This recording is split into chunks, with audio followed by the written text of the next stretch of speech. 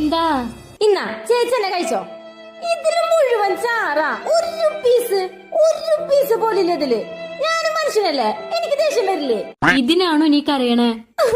കരയല്ലേടി. എന്താ മോളെ? നോക്കച്ചാ, ഒരു പീസ് ഇല്ല ഇതില്, ഒരു പീസ്. നിനക്കറിയില്ലേ നമ്മുടെ അച്ഛൻ വീടിന് വേണ്ടി എത്രയാ കഷ്ടപ്പെടണേന്ന്. അതുകൊണ്ട് ബാക്കിയുള്ള പീസും അച്ഛൻ എന്നെ കൊടുത്തു. അച്ഛാ അച്ഛാ ഇത് പിടിക്കും മക്കളെ. എന്താ അച്ഛത്? മുദ്രപത്ര മക്കളെ.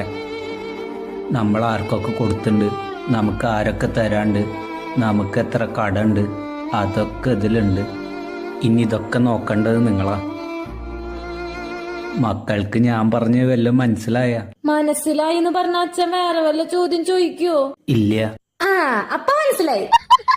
അച്ഛൻ കാര്യമായിട്ട് പറഞ്ഞോണ്ടിരിക്കുമ്പോഴാ